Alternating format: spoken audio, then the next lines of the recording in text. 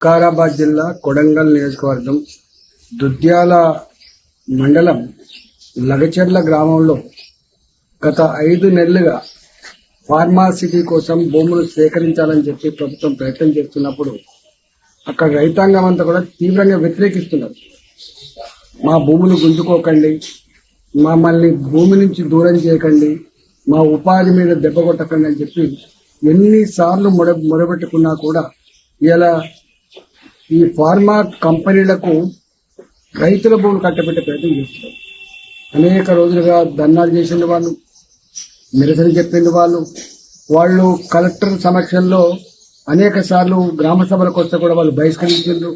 స్వయంగా డీకే అరుణ ఎంపీ గారి ఆధ్వర్యంలో ఒక ధర్నా కూడా పెద్ద ఎత్తున నిర్వహించారు.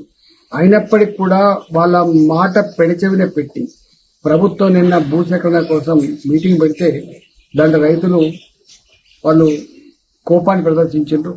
దాన్ని ఆసరా చేసుకొని రాత్రి అనేక మండలాలలో, కొడంగల్ మండలం, దుద్యాల మండలాలలో ఇంటర్నెట్ సేవలు బంద్ చేసి, కరెంటు బంద్ చేసి, వందల మంది పోలీసులు గ్రామాల చుట్టూ మోహరించి వాళ్ళని రాత్రి అరెస్ట్ చేయడాన్ని భారతీయ జనతా పార్టీగా తీవ్రంగా ఖండిస్తా ఉన్నాం.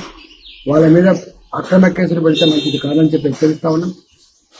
భూముల సేకరణ వాళ్ళ ఇష్టాల మీద ఆధారపడటం తప్ప బలవంతంగా తీసుకునే అధికారానికి ఎవరిచ్చిందని చెప్పి ప్రశ్నిస్తా ఉన్నా. గతంలో ముచ్చెర్ల ఫార్మాసిటీ కోసం 8 లక్షలకు 9 లక్షలకు భూములు సేకరించి 1.5 2 కోట్ల రూపాయలకు ఆనాడు ఫార్మా కంపెనీ కట్టిపెట్టే ప్రయత్నం చేసిన నాడే ఇదే కాంగ్రెస్ పార్టీ వ్యతిరేకించింది. అలాగే భారతీయ జనతా పార్టీకి మేము వ్యతిరేకించింది. ఇవాళ మళ్ళీ రేవంత్ రెడ్డి ప్రభుత్వం అభివృద్ధి పేరిట ఉన్న భూములు గుంజుకొని వాళ్ళ బతుకులను మట్టి కొట్టే ప్రయత్నం చేయొద్దని చెప్పి తెలుస్తా ఉన్నా. ఈ ప్రభుత్వానికి ఒకవేళ చేసుకోవాలంటే ప్రభుత్వపరమైన భూములు ఎక్కడ తీసుకోగాని ప్రైవేట్ వ్యక్తుల భూములు ఇవ్వద్దని చెప్పి డిమాండ్ చేస్తా ఉన్నా.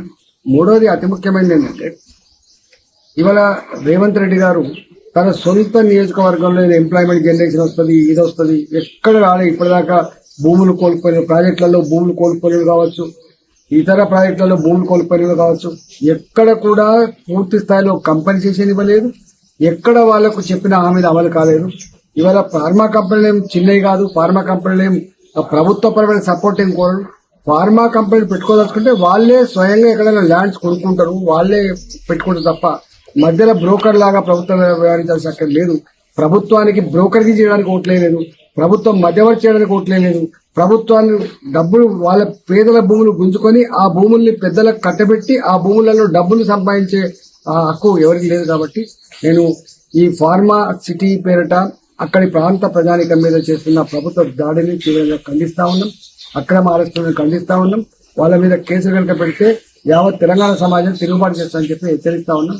ప్రజలకు కూడా విజ్ఞప్తి చేస్తున్నా, ప్రజాస్వామ్యబద్ధంగా మనం నిరసన చెప్పుకుందాం. మేమంతా మీకు అండగా ఉంటామని చెప్పి ఈ సందర్భంగా తెలియజేస్తాం.